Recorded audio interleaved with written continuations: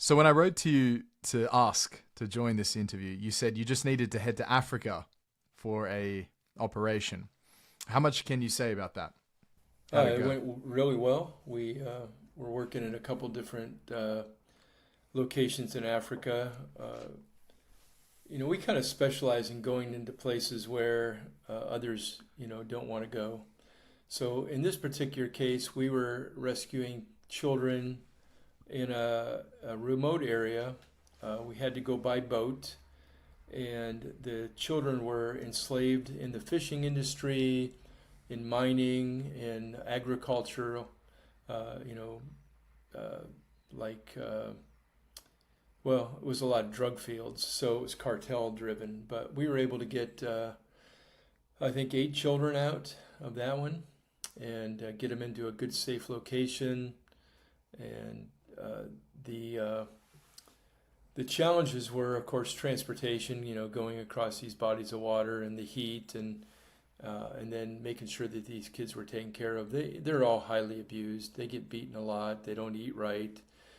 Most of them have lice and worms, and so we get them medical care also.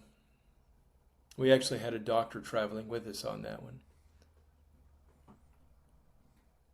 And how do you catch wind of these situations? Do you rely on a big intelligence network?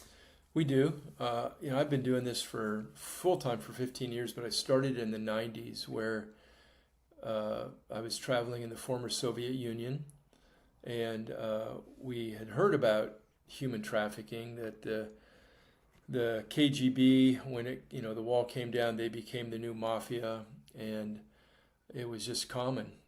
So we started looking into it. Nothing I could do. I had no idea what I was doing back then.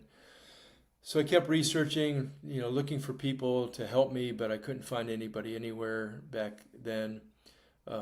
Even when I started in 2009 full time, there was very few people doing this, and now there's thousands of organizations. But uh, so I've just had to learn as I go, and it's been a learning process. I'm not sure I answered your question there, but kind of got No. sidetracked. Well, much of the book was sort of Pakistan and Uh, Asia, but now clearly it's Africa as well. Is your network just sort of growing over time, and you're told, "Hey, Bruce, there's this situation here. You'd be, the right outfit to extract these yeah, children," or is there other yeah, things at we've play? developed that intelligence network, and I get calls. I was just talking to somebody the other day, and I said, I get a call at least every day, if not every other day, from somewhere in the world saying, "We need your help. We need, my My my God. daughter, 10-year-old was kidnapped, and they're going to marry her off to a 70-year-old, or these kids are missing, or they've gone." Rebels came into a village and took them. Well, there's some I can help with, and much of it I can't due to financial limitations. But also, some of it's just too big. We do what we can, and we've been pretty successful in how we do things. But uh, so all those phone calls and all those contacts and all the travel that I've done worldwide, I've made all the contacts that become our intelligence network, and they're the ones that let us know where these kids need to be rescued. Is the broad figure of 40 million people right now living in modern slavery still accurate, or is that number larger? Well, there's different numbers out there. So I think 40 million is pretty accurate, but it's growing. If it's not now, it will be the world's biggest illegal business because it's bypassing, drugs and illegal, arms and all that because it's a renewable resource for the traffickers. And in that 40 million, there's distinctions between the sort of severity of the slavery from someone is taking care of a family in a house and maybe have their passport held hostage all the way through to the worst of the worst, which you profile in your book. This is an experience from one of the slaves in the book. This is in Pakistan. He was put in a car, taken to a hospital basement. He already worked at a brick kiln, by the way, had a horrible experience day to day with sexual, physical abuse and all the rest. But he's taken to this hospital basement, told to drink something, then wakes up hours later with a giant scar around his kidney. So presumably he's had an organ taken from him, and then was returned directly to the brick kiln and beaten and passed out from the pain. So this, on the sort of spectrum of different types of slavery, this is so medieval. How prevalent is that most horrific version of slavery, would you say, out of the 40 I million? think it's growing. Just about everywhere we go, we hear about organ harvesting. And, ISIS was taking people, children and adults, and harvesting their organs. And I mean multiple organs, so that means that they did not survive. And in a lot of the countries that I've been in, we hear from pretty reliable sources that this is a growing industry. I've witnessed it some. I've heard about a lot of stories firsthand from people who said, their children were taken away and never to seen again, and they heard rumors that the organs were taken. Well, that's assumption there, but we know for sure that there's a growing international market for organs. Obviously, the exact figures are impossible to know, but is there a percentage of the 40 million you'd be comfortable allocating to that type of barbaric medieval slavery right now today? I wouldn't have any idea. I would not know. Yeah.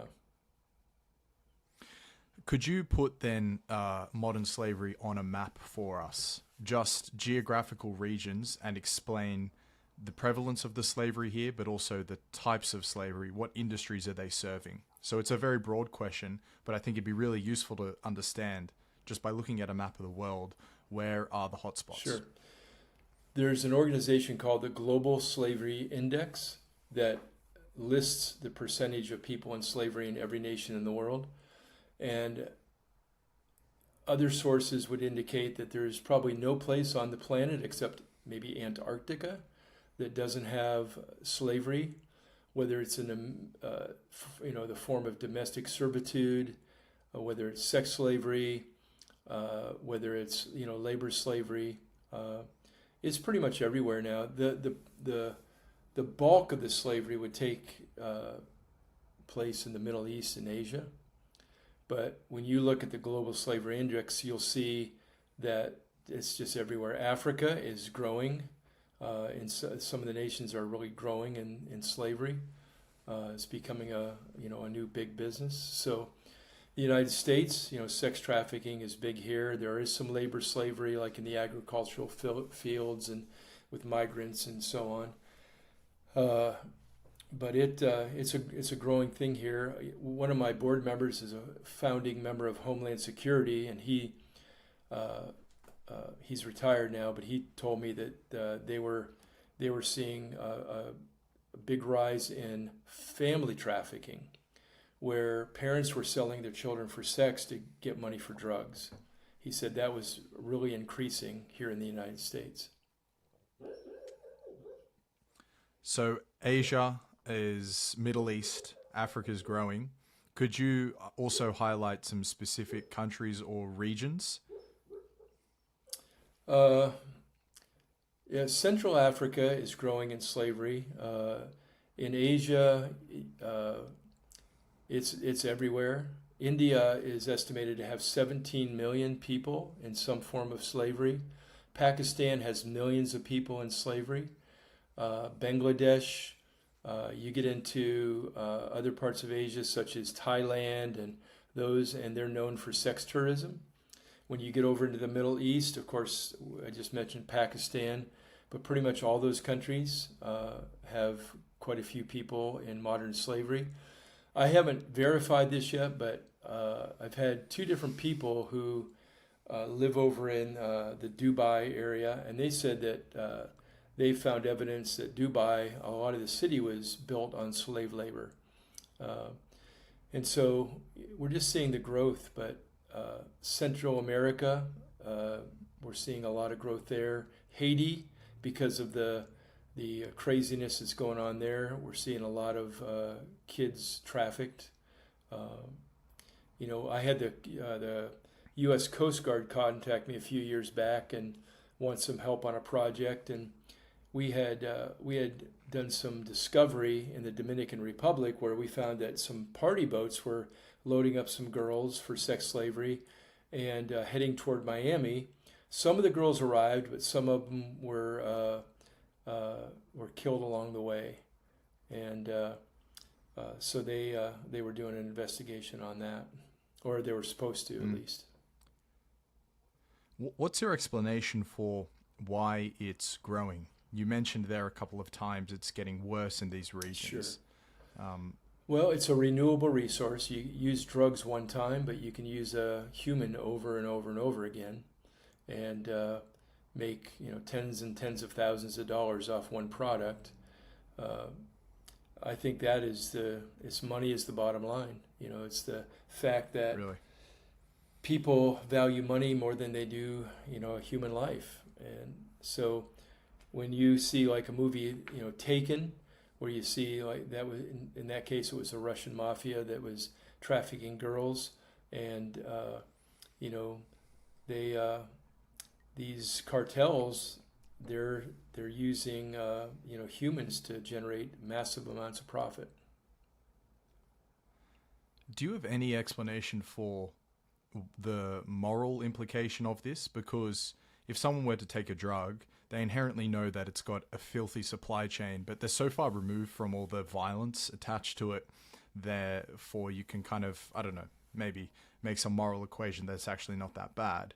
But in consuming various types of human trafficking, it just feels like it must be a significantly more intense experience, one which I would assume most people morally wouldn't be ready to do. Yet somehow, if humans are a renewable resource and slavery is growing, maybe there's a gap between morality over time to now. First, is that a question that makes any sense at all? And if it does, what's your thoughts? Well, pornography is a huge driver of human trafficking. And now you have millions and millions of porn sites easily accessible to any human being. Like here in the U.S., the biggest viewers of pornography are 11 to 14-year-old boys. And if you think of the kind of pornography out there, then that's a perverse generation that's rising up. And they're going to seek that gratification in some way. So pornography is a big driver of human trafficking. Like in the acceptance of it, you mean, or the actual consumption of it as well? I think both. Yeah, both. We've accepted it, but it's the consumption of it. It's some of these things that I've seen in our investigations. Child pornography.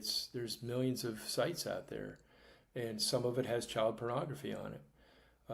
Who can explain that? What kind of normal human being would abuse a child? Who can explain a pedophile? Why would somebody be driven to have sex with a 5-year-old? The youngest girl we ever rescued out of a brothel was 3 years old. The average age is 8 to 10, 11, 12, in that range. So I don't understand the mentality behind it, but it's growing. When you go into some of these countries, and we go to cafes, and we go to hotels, we go to little restaurants, all of them, I won't say 100%, but most of them will have children working, washing dishes, and then they're used for sex at night. What kind of society, accepts that? But they do, especially in Asia. In the Middle East, yeah. I've witnessed and talked to families who have been highly, abused and tortured, and their children sold off for marriage or use in brothels. It's just I don't understand. I can't identify with it, but I'm sure there's a psychological evaluation of why they do that. But yeah. It's nothing I understand. We'll get to some of the cultural forces driving slavery. But first, you mentioned earlier the city of Dubai being built by largely slavery. There was a great Swedish journalist called Martin Schibbye who profiled the Nepalese workers who were building Doha's stadiums for Qatar 22. And it was a particularly good project because he traced down the families in Nepal who had their elder son most of the time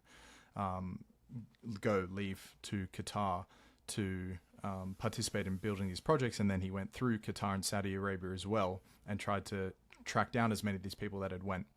And a shocking amount of them had died, first of all, but then also a shocking amount who he ended up tracking down weren't paid basically what the agreement was, and were also extorted while they were there. So they ended up going home with almost nothing, if they got to go home at all. And he even came across an olive farm in Saudi Arabia, and a Nepalese worker had almost forgotten that his own language. He'd been in servitude as a slave for so long that he had forgotten almost, where he came from and who he was. But I just thought it's worthwhile highlighting because it's such a brilliant piece of journalism, because it is first-hand reporting the whole way through, from the families to the individuals at the other end. Mm-hmm. Yeah, we were in Africa one time and met a man whose wife was in Dubai and they couldn't get her back. And she was there not being paid and made to work cleaning rooms. She eventually got back to Africa, but it took a few years to get her out of there. So you mentioned it's growing in Africa, Asia, Middle East. It would be easy to make a broad cultural explanation for slavery, but these are pretty distinctly different cultures. So it's a two-part question, but the first being, what is your explanation for the cultural forces that allow for slavery? Well, that's a tough topic, and I'm not sure I want to broach some of that because it would be religious based, but it's been accepted in some of those cultures forever. They whether it's Pakistan or India, this has been going on for many generations, centuries. Slavery goes back as far as humanity has existed. So I think in those particular cases, they've just rolled with that cultural norm. And as I said in my book, I think some of these economies would fold up if slavery was actually outlawed, because there's so many. I mean, I've been in places where there are literally hundreds and hundreds of slaves, and I talked to like a brick kiln owner in Pakistan, or somebody in the Asian countries, and I'll say, why can't you mechanize? Why do you have to have slaves? And one person said, because and it was in this case, he goes, because we have a right to own the Christians, and that was a Christian population that was enslaved. And that was probably part of its religious beliefs, but also it's just been the culture for a very long time. So to be clear, this was a Muslim who took as his slaves the Christian minority within Pakistan, and culturally he said he had the right to take these slaves because of his beliefs. Yeah. Was it that same owner? There are so many devastating anecdotes from the book, but one that particularly stayed with me, I don't know if it was this particular brick kiln owner in Pakistan, but it was one of the various brick kilns in Pakistan. You came to the realization that they would throw the dead slaves' bodies into the brick kiln because the owner didn't want to stain his land with the slaves. That's correct. Yeah, we were told that in multiple locations when we ask what happens when the children die. Sometimes they're left to be eaten by the dogs, which is a horrible thing to even think about. But many of the times they throw them in the furnaces and get rid of them that way.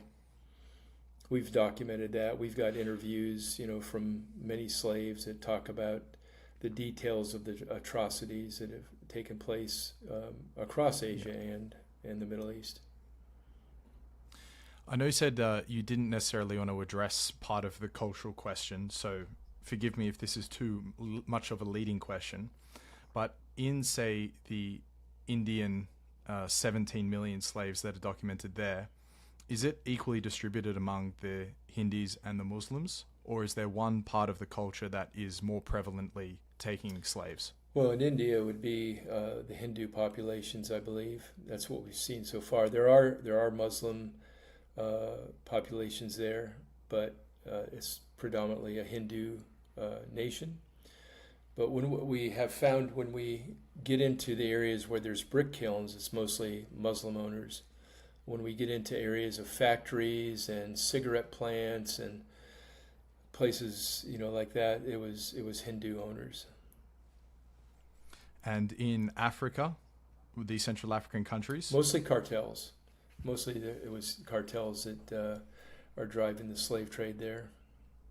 And Yep. in the one area we found that some of the children, according to an official there, he said some of the children will be taken across the water and sold to slave traders.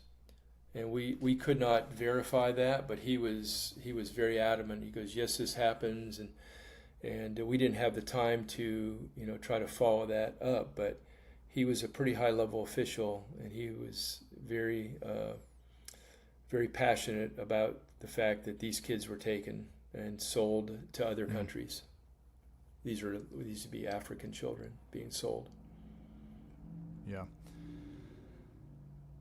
And so you mentioned earlier, and also throughout the book, some of the reasons why people might end up in slavery in the first place. Maybe you fall into some type of debt because you need to buy some type of medicine for one of your children, and now it's a question of almost triage. Do we sell one child to sort of pay off the debt, or in some cases it's like a drug-addicted parent. Do we sell our kids off to feed our own addiction? To cases like in West Africa, Mikey Mistrati, a Danish journalist who has been looking into the chocolate supply chain, he found a couple of kids who were kidnapped from a village not too far away, found years later, just shells of their former selves working in these small cocoa plantations. So the various ways people get into slavery. Yeah, there's a lot of different ways. One of the main ways for labor slavery is debt bondage, where they have borrowed some money, like a poor population, a poor family. I'll give you an illustration. In Asia, we rescued a family we call the Brickfield Five. It was a father and three children, father, mother, three children, and the mother had gotten sick. They were very poor, so he went to a local business person and borrowed an amount of money. It wasn't a very big amount of money, like maybe $25, to get her some medical care. And he could not pay it back, so they were put in a brick field. And during their time there, they had to work all day, turning bricks and stacking bricks. And then the mother and the daughter, there was two daughters, but the older daughter and the mother were prostituted out at night. We found out about it. I talk about it in the book. It was one of under the chapter of Catch Dog, and then we got them out. But they would have never been able to get out of there because it's 1,000% interest. So $20 becomes whatever, and they can never pay it back. It's impossible.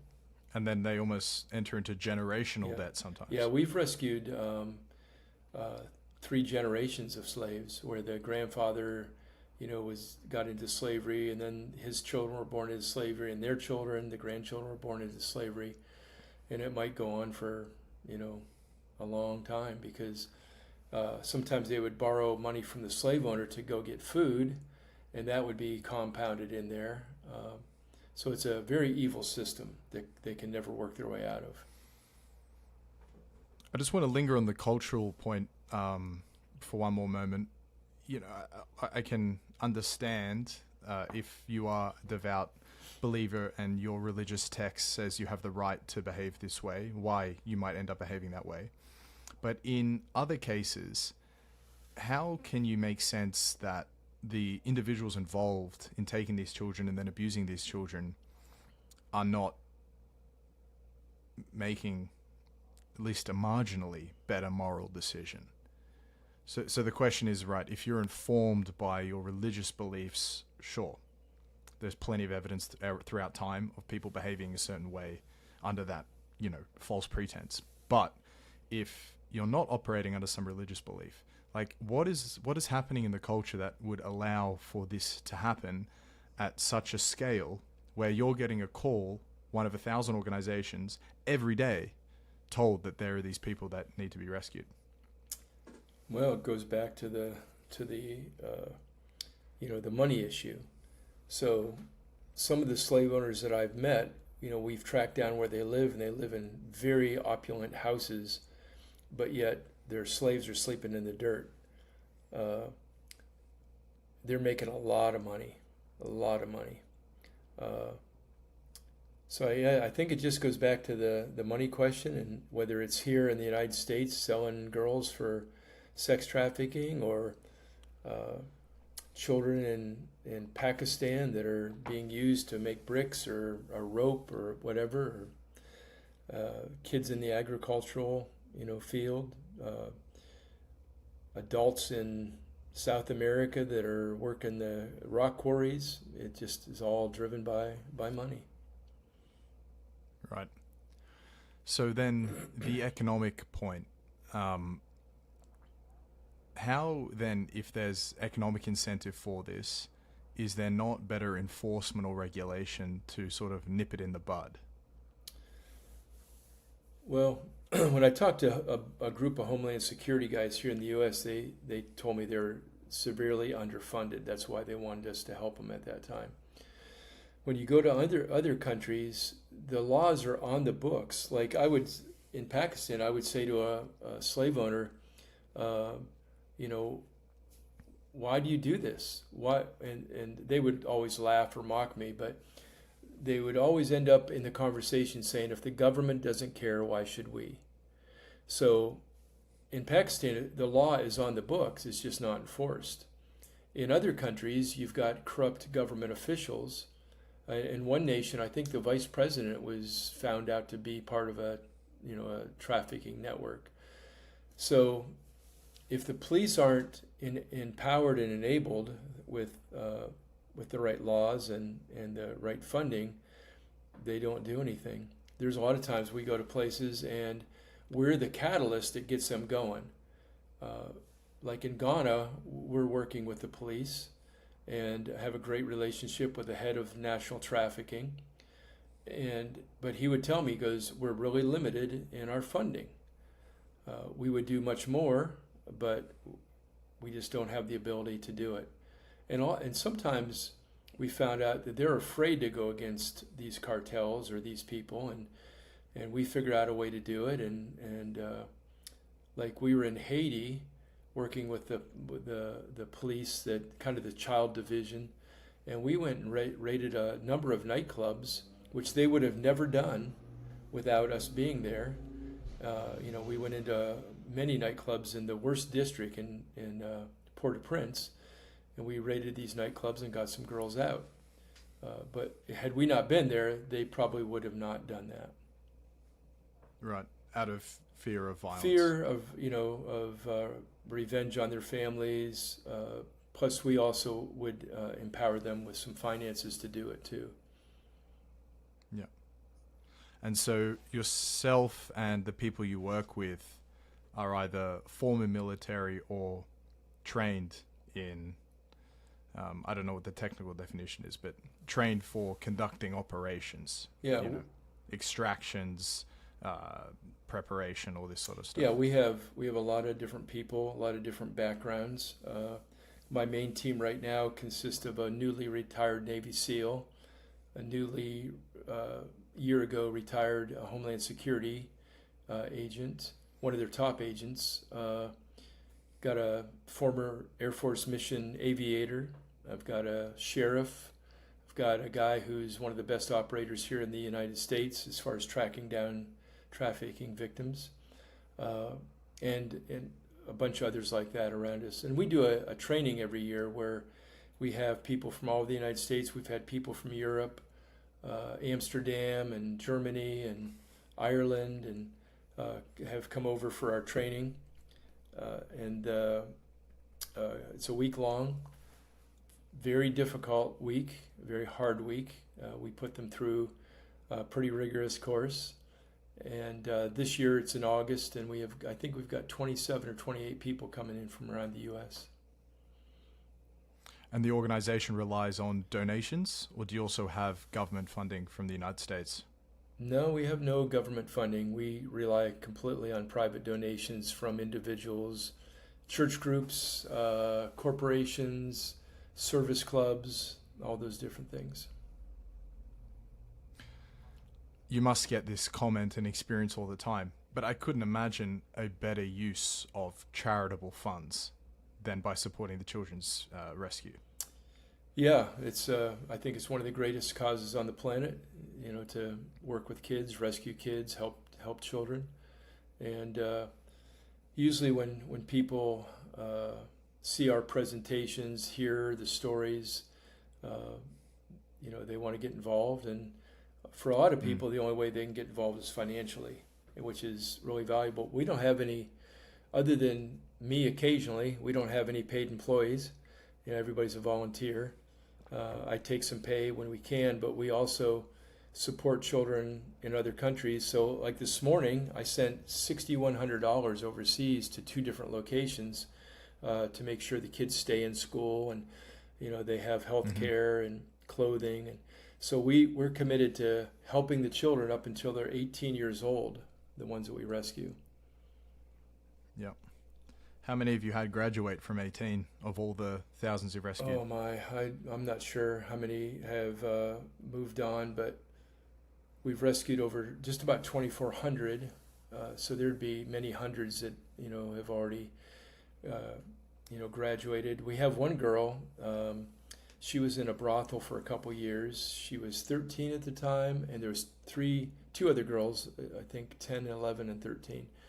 And beautiful young lady. We rescued her out of a pretty bad, really bad situation. And now she's going to school to hopefully be a lawyer so that she can be an advocate for trafficking victims. Yeah, pretty cool story. So you get a call and you mobilize your guys. You decide how many people you need, what resources you need, and then you go and extract them. How much liaising happens with people on the ground, and is it always the case that you will pay off their debts to get them, or do you sometimes just take them without the slave owners knowing? No, we don't pay. When we started for the first couple of years, I didn't know what I was doing, so we were giving the money directly to the slaves to pay off their own debt, and then we would mark in the book, debt canceled, and then take them. But we realized that money was being used probably to go buy more kids out of the slums. So we stopped doing that, and we just, for all these last 10 years probably, we just take the children. Money never exchanges hands. Are you always armed when you do this? No. There's sometimes we are and sometimes we're not, depending on where we are. If the police are going with us, they have the firearms. If we're on our own, we're all pretty well trained in non-lethal solutions and other weapons because we can't carry guns, and we do a lot of training in martial arts. Never really had to use any of it because we have become very good at what we do of getting in and getting out without causing too much trouble. And we have some operations where we're intercepting vehicles at borders, searching them. We've arrested over 60 traffickers in the last year and rescued about 85 or 90 girls now. And the police are the ones who make those arrests. So we search the cars, we call the police, they come and they make their arrests. So And because of your intelligence beforehand that there's likely going to be some slaves trafficked on this route at this time? Well, they search as many cars as they can 24 hours a day. And so they're stationed at different places, a couple different locations, and they're finding a lot of traffickers. So for example, you get the boat over, you come to the location where the slaves are, you identify the slaves that you know at least you can save, and you just take them with you. Is what happens when there's an altercation? Say the slave owner or one of the other employees there decides, hold up, they're taking away our resources. Is it because you guys are like a professional and intimidating force that they just decide it's not worth the altercation, or are you typically optimizing to do it when just no one's going to find out? There's a lot of different methods. Sometimes it's kind of shock and awe. We roll in a van to a cafe, open the doors, go in and get the kids out, mark the location, get that to the police, and get the children out of there. Sometimes locals, we empower them to bring the children to us, and we'll get them out, because some places we can't get into easily, like if it's a cartel drug operation. And they'll get in there easier because nobody suspects them, and get the kids out, and then we take those people to safety too. There's times that we just do a lot of surveillance, figure out what's going on, and when it's the least dangerous time, we go in and get the kids. Maybe it's just the madam who's left there, the security have walked around back to do a cigarette smoke, and we go in and grab the kids and get out, and once again mark the locations, get that information to the police. And but in some areas the police are the part of the whole problem, so we have to just get the kids out. There's no arrest made, but we're getting better at getting the bad guys incarcerated. So, and how do you and the team deal with the trauma of having to confront this, and like as we hinted at earlier, the book goes into, but like the worst levels of depravity that really humans can conjure? Yeah. How do you and the team deal with that over time? Sort of make sure you don't snap, and you do something to jeopardize the mission, or have, when you get back home, stuff like that. Yeah, that's a good question. I think we all deal with it in different ways. I've had more sleepless nights than I care to think about, and I've cried a lot of tears, and not ashamed to say that. The things we've seen and the horrors that we've seen. I had a team one time with me that we had just done some rescues, and the one guy was a very seasoned combat veteran. Two. Another guy that was a security professional, and we had just rescued some kids that were in really bad shape, some little girls. They had just been so abused. Got them to the safe place where they were going to get a lot of loving care, and everybody just kind of took a different direction and walked away, and you could see everybody was crying. So that trauma does stay with you. My team members, I've got a couple team members that have been out with me a lot. We talk a lot. We have to process it. There was one time, Ryan, I came home and I didn't talk to anybody for over a month. My wife got really concerned. She started calling some people saying, "What do you think I should do?" I just couldn't talk about what I saw. And to this day, I've never talked about it. But it took me a while. I didn't want to be around people. I just had to be by myself. As a person who, is a Christian, I spent a lot of time in prayer. I just had to work through it. Yeah, not an easy thing. So we talk a lot, the team. There's times we do a rescue and there's just nobody talking in the van or the vehicle. Yeah, it's very quiet for a long time, So, but we laugh a lot too, We try to have a lot of humor when we're not doing the rescues, and a lot of camaraderie, all that. And then presumably on the other side of it, no matter how traumatic it is, it's still probably the most worthwhile day of work you could ever do. Yeah, for sure. Yeah, I look back on all these children that we've rescued, and like this little girl here on the front of my book, She was in a brick field, and with a bunch of boys, and they were just covered in mud, and we got them out. And when we went back to check on them, I didn't even recognize her because she went from this abused little girl to being in a school uniform and smiling and doing really really well. So you're working with translators most of the time, which I imagine makes communication quite difficult, especially if you're trying to be, I don't know, maybe manipulative to, get that opening where you can extract the child. What have you learned through your training, but then from experience, about ways to sort of de-escalate? Because you're coming in and pretty much saying, I'm leaving with these people. And they obviously are saying, no, you're not. So it would be just when I was thinking about this podcast, I thought, yeah, he must have these moments all the time. I wonder if there's anything interesting that you have Well, I've done. had translators that have changed all my words and did not tell me exactly what the owner said, which makes it difficult because, I'm there to confront these people. And if they water it down, it really affects our ability to maybe intimidate, but it affects our ability to be effective. So I always talk to every translator and say, you have to say exactly what I say.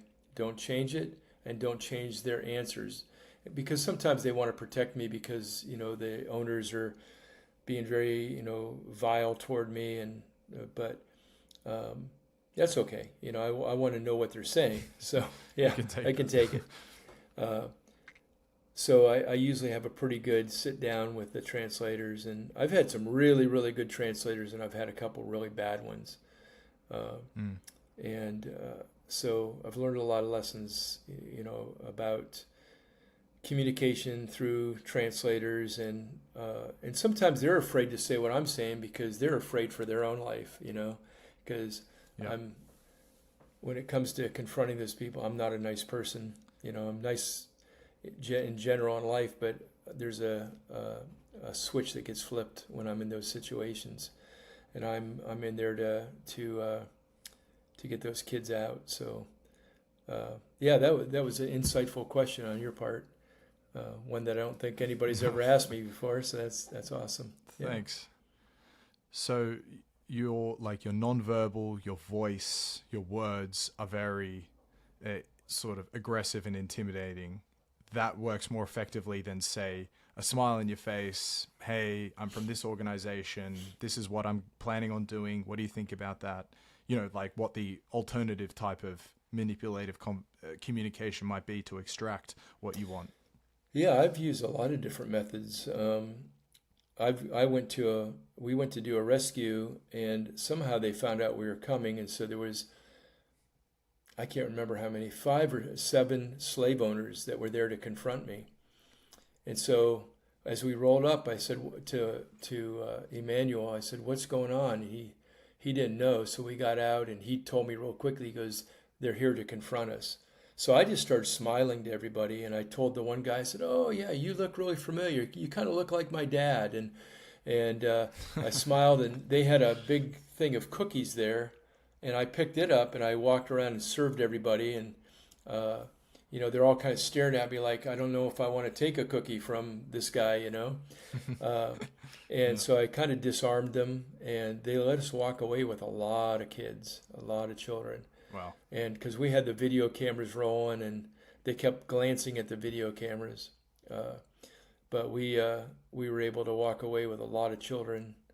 And then one guy got a hold of us. He goes, "I want you to pay us. I want you to pay us." And I'm like, "We're not paying you anything." And he was very angry. And of course, we get a lot of death threats, so. Yeah, you were in fact poisoned in Pakistan. I was twice. The first time was fairly mild. We had just done rescues all day, coming back into a city, and our host said, "Let's stop at a little restaurant." He had never been here before, and we walk in, and it was full of a lot of radical people. And so they slipped something into our food that day, and we got sick. We were all kind of throwing up, and then my host got really sick. He ended up going to the hospital, and he was in critical condition for a while. For me, it was just intestinal burning and a bunch of different things. The second time was the real serious time where on the last day we were leaving over there, we were at a restaurant. We had to go through different levels of security to get in there, so we figured it was safe. But apparently my picture was being passed around and contract on my life, and I'm the only one that they slipped poison, and my wife was actually with me, and a really, really good team. And they slipped this poison in my food somehow, and I felt okay until we got on the plane, and then I fell asleep and I woke up hallucinating, and my wife had to hold me in the seat because she said I kept saying I need my medicine. And when I got home, we went to a doctor. He didn't know what it was. Went to another guy that he recommended. We ended up at Cleveland Clinic, a famous hospital here, and the doctor he said there's maybe two reasons for this condition: toxic stuff or poison. So I thought, oh yeah, that makes sense because that's kind of a common thing over there. And so it took me about a year and a half to fully recover. My legs were really weak, and I had burning skin and neuropathy and a bunch of different symptoms. But as soon as I was better, we were right back at it. So. And it sounds like as well, you mentioned camera a moment ago, and from the book, the point was repeatedly made that the camera is actually maybe your most sort of powerful tool when you go on these missions, because it's very evident to the slave owners, they have a crime here caught on camera. And if they, decide to act a certain way, it's going to be even worse for them than what it already is. Yeah, we document everything from the very beginning. We've documented every rescue, photographed videos, GoPros, that we carry, or hidden cameras. We make sure that everything is documented. And in certain cases, we have big cameras out there because that's we want them to see that we're filming this. We got your face, your ugly face on this video, and we're going to use it. If we need to, we'll get the word out to the world. And I mean, in Pakistan alone, the Holocaust that's going on, I know that's a heavy word, but there are so many people in this slavery that are dying, just unbelievable amounts of people that we've heard of or seen that are dying. It's just an amazing thing over in that part of the world. And so we wanted to document as much as we could. That as well, like, does make me think about what is the cultural forces that allow this type of slavery when it can be so well known that these brick kilns, these rope factories, these various other materials being produced is largely coming off the back of slave labor. Maybe from an institutional level, surely you as a Pakistani politician don't want people to think of your country as a place that has slaves, is famous for having slaves. Do you have any explanation for why there's not more effective work at the institutional level at stopping slavery? Well, we've encountered members of parliament that were slave owners, and so it's kind of like, they're not going to vote against themselves. We've met... So it's just corruption. Corruption. We've met other members of parliament or in other countries, members of government that are fighting against it, but they're the minority. So, it's a big uphill battle. There are a lot of groups within those nations that are really pushing hard to get this ended, but it is so ingrained in culture. There's a lot of religious belief behind it. Whatever religion it is, there's usually justification, to own other humans. So you mentioned ISIS earlier. Was it also the case there that the slaves they were taking for the organ harvesting were Christian minorities? Uh, in that particular case, it was the minority Iraqis, the Yazidis, that they were taking the women and enslaving them as sex slaves. And I think it was Glenn Beck that had a video on of the ISIS members taking children into a room where organs were harvested. But ISIS, they very much believe in child brides, and they believe in slavery.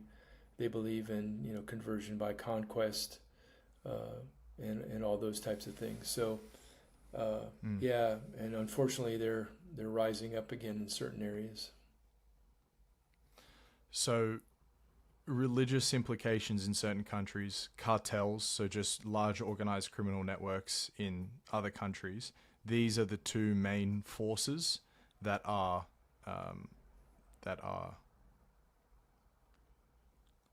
using slaves. Yeah, religious-based slavery is probably number one in the world, and number two would be cartels. But then after that, you would have, strip clubs and brothels that are, small, independent ones that are also participating in this. You would have all the way down to individuals that are keeping a girl, captive somewhere.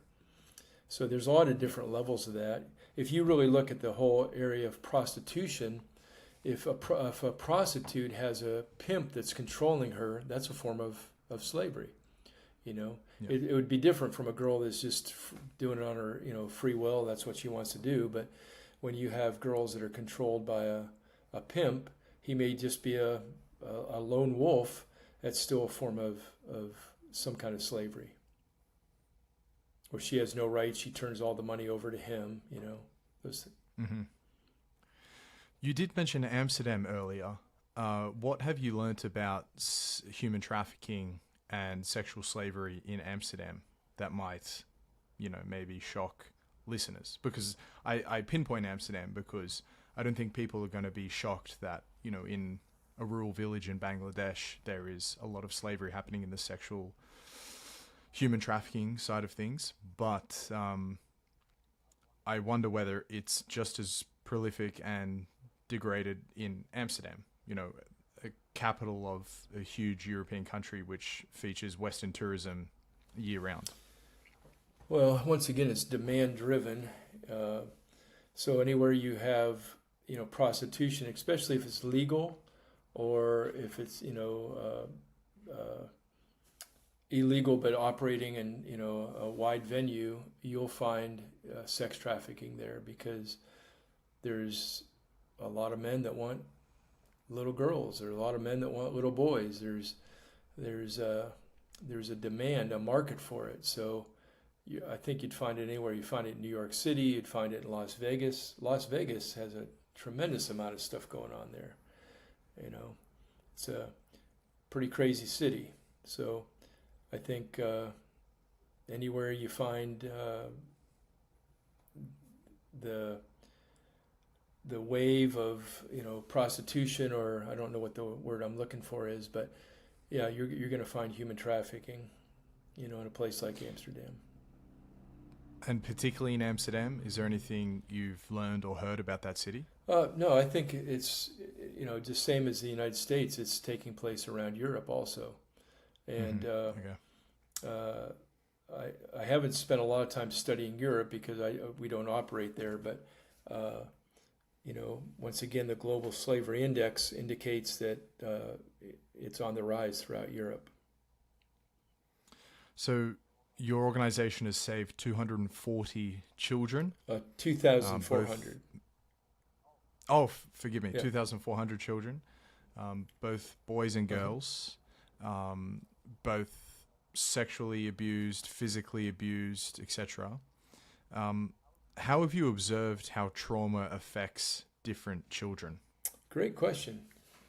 One of the things I've discovered is that the children that were born into slavery, they recover quicker than the children that were traumatized by a kidnapping or they were sold by a family.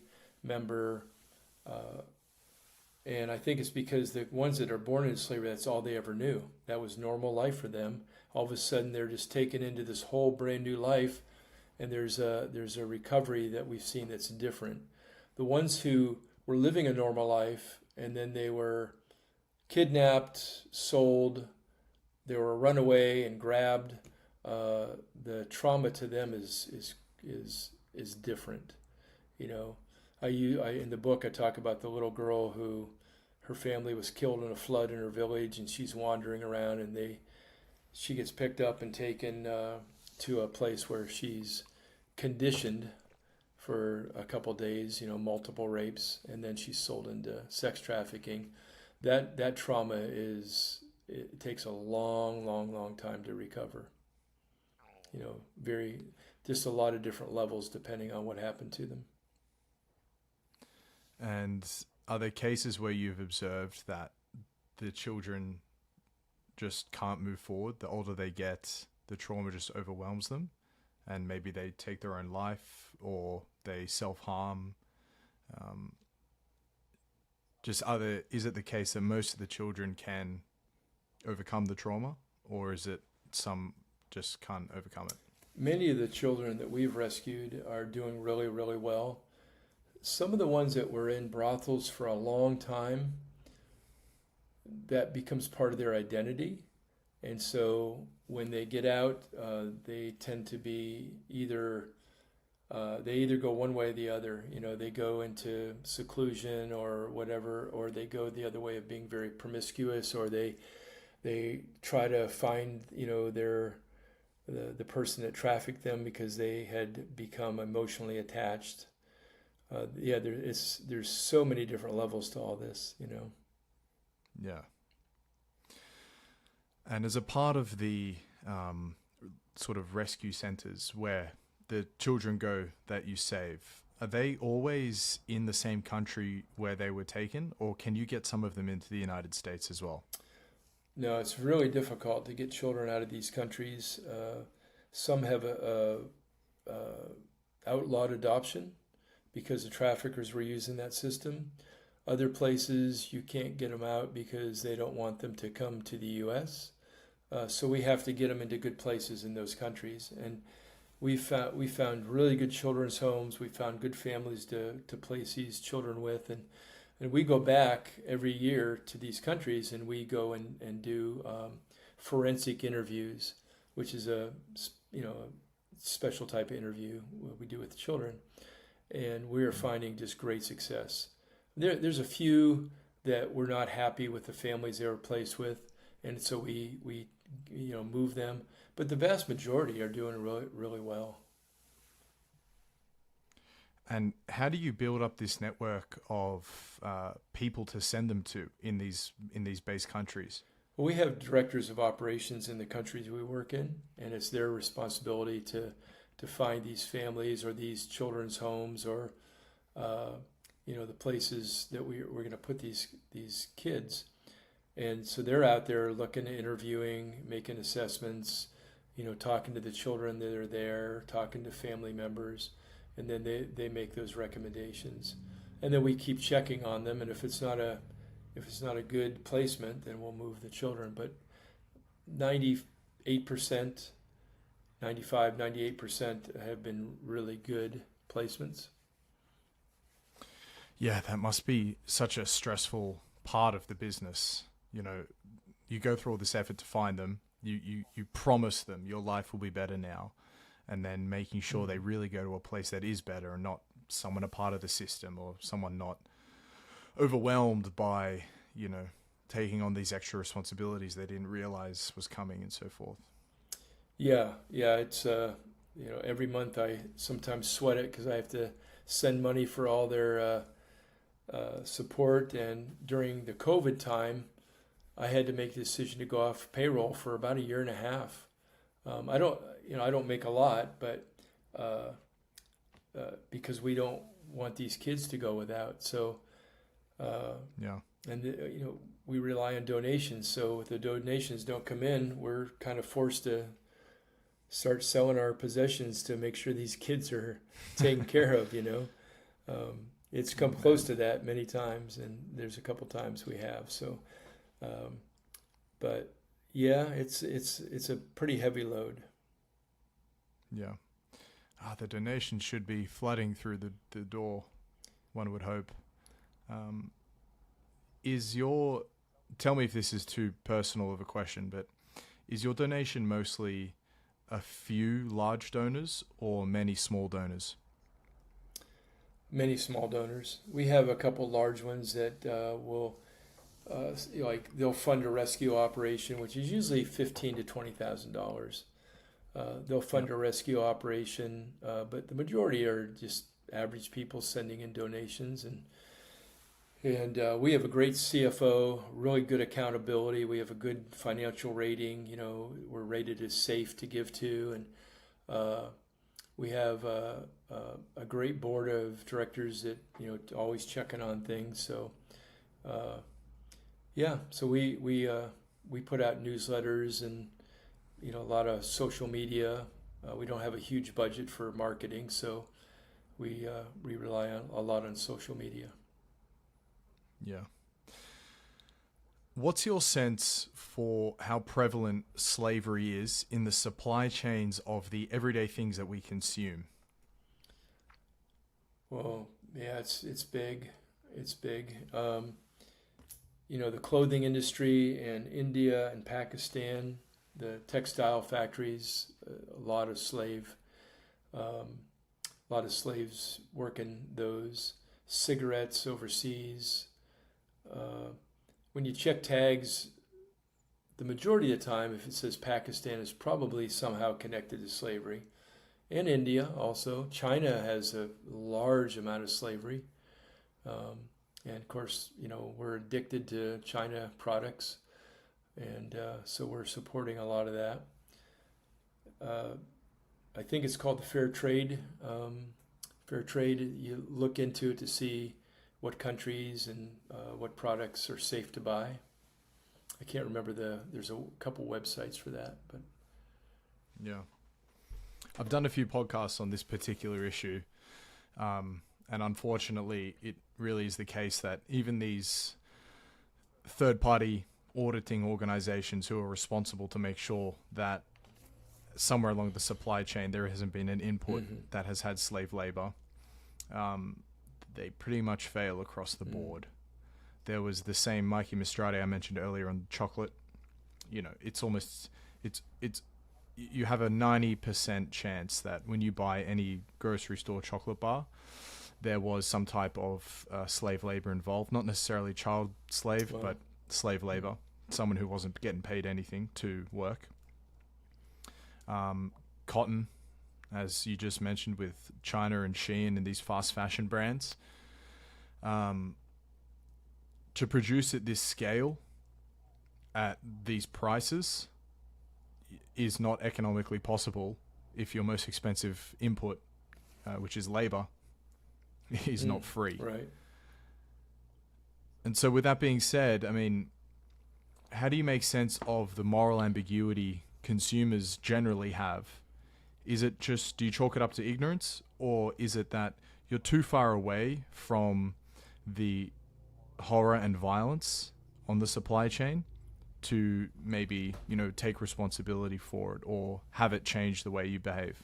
Well, there's a major disconnect for sure, because it seems like many people just don't care. They want their products, and when I speak a lot of places, but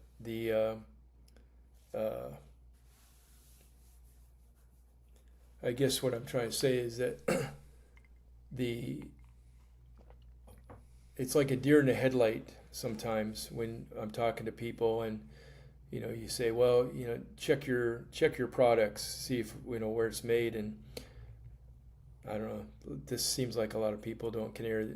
There's a disconnect. They have a product here, but there's no connection to those slaves over there. So it's pretty frustrating. Pretty frustrating for us to see the apathy. Yeah, sorry. Yeah, the same that same apathy is something I've also tried to think about and interviewed people on, particularly around cocaine. You know, like it's very well documented how violent and horrible the cartels are who are trafficking cocaine all the way through Latin America and then into Europe. But still, you know, you won't feel like you're doing an immoral act by, you know, buying a couple of lines of coke and enjoying it at a party, when truly you probably couldn't be buying a more drug-soaked supply chain. And yeah, it's I don't know if there is anything worth saying about it, except it's just one of the many sort of big issues which we have to face in 2024, you know.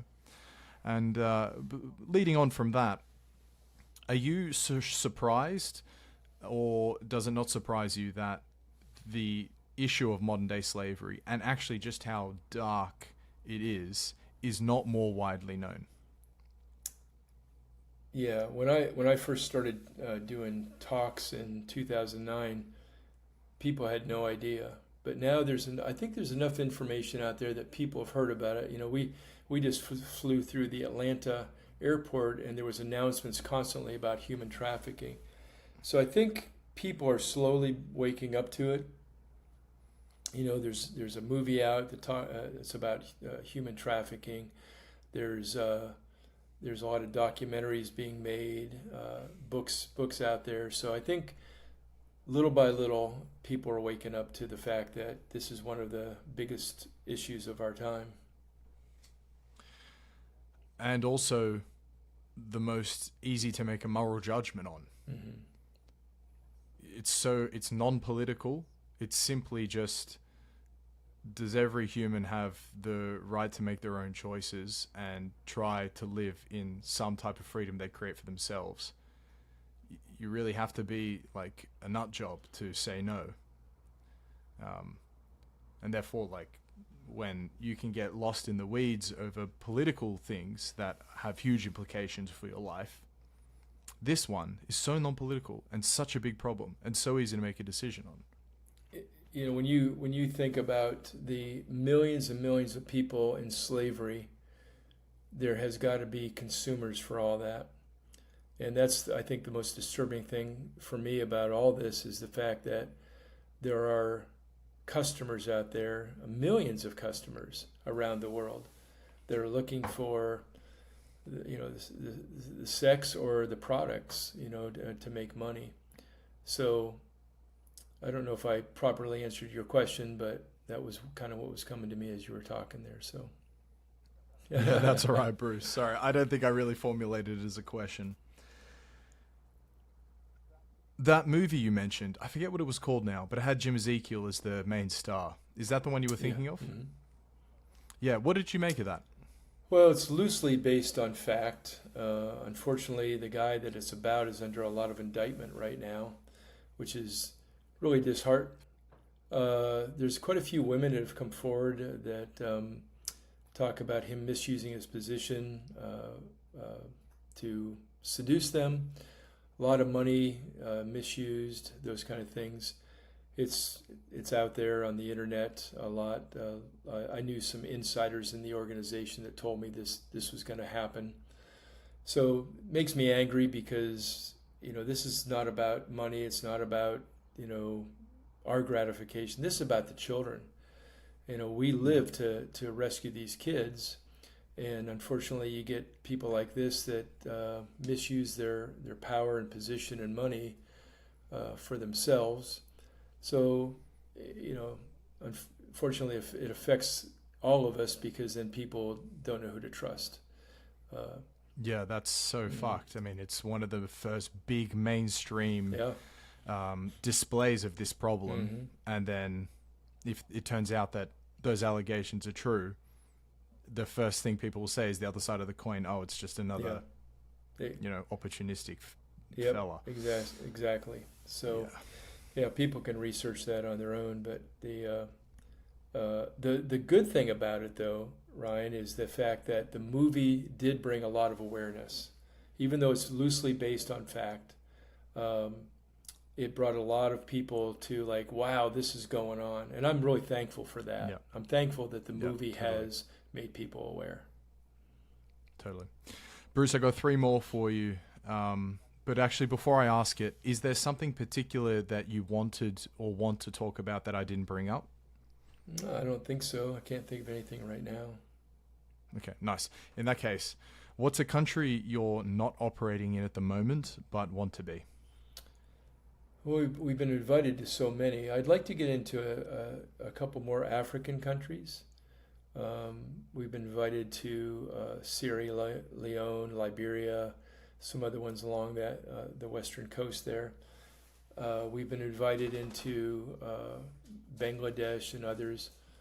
We're just kind of mulling it over right now and looking, at how difficult it's going to be to get into certain places. We want to do a lot more work here in the U.S. too. We have one of our operators that is really good at tracking down trafficking victims, and he's gotten several dozen girls out here under great danger. He's a pretty amazing guy. Final 2, Bruce. They're kind of, mild adaptations of questions that I typically ask every guest, but I would say you're definitely an atypical type of guest. And actually, that makes me think, now I'm about to ask it, how does it make you feel that when media want to talk to you, it is obviously in promotion of the amazing work you and your team are doing, but nonetheless shrouded by just this extremely depressing and dark subject matter?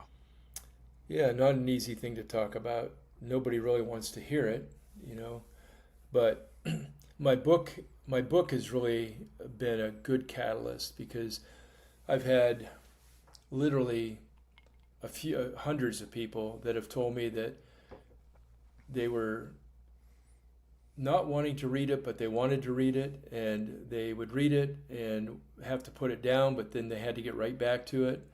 And so that has been a really good positive thing for me. I think we communicated without putting too much really dark stuff in there. We've communicated the issue, and I've had so many people from all over the U.S. and even Europe who have told me that it's just a really, really excellent book. Makes you cry, and but they had to keep reading, and get right back to it. Yeah, I echo those sentiments for sure. And you're currently producing an autobiography, which I imagine will be of an equal tone. Well, I was a professional outdoorsman for 20 years, so I was doing crazy stuff like following wolf packs in the Canadian Rockies, and I tried to ski to the North Pole in 1981 with a Canadian team. We did first ascents in the Arctic.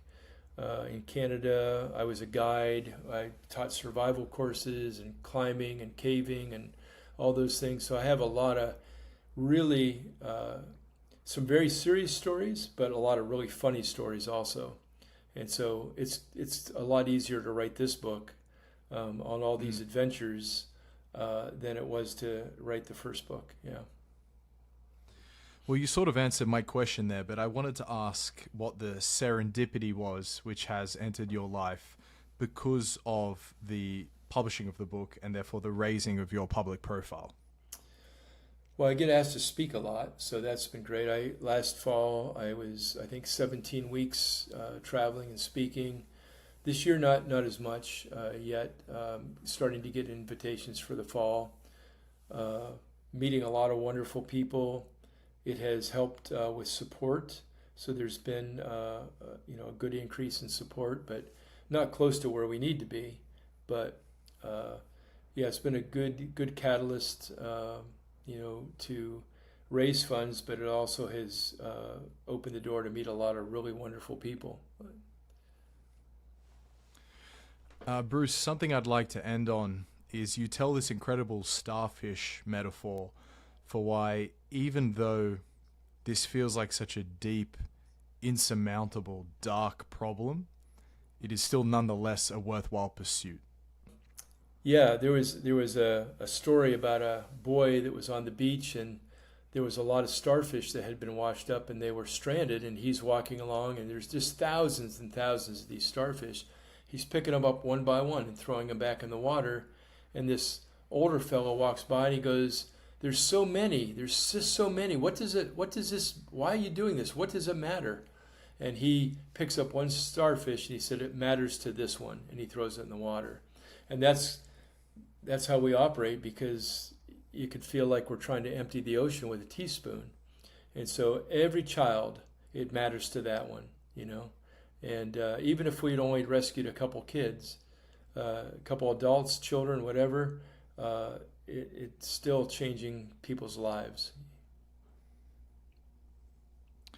Bruce, that was wonderful, and thank you so much for being generous with your time. The book is incredible. Everyone listening to this will find a link to it in the description, and then as well, if they feel like donating to, I couldn't think of a more worthwhile cause, a link to that will be there as well. Well, thank you so much, Ryan, as you're fading off into the darkness there. I really appreciate you taking the time to have me on, and I was really honored to be asked. So thank you so much. Absolutely, mate.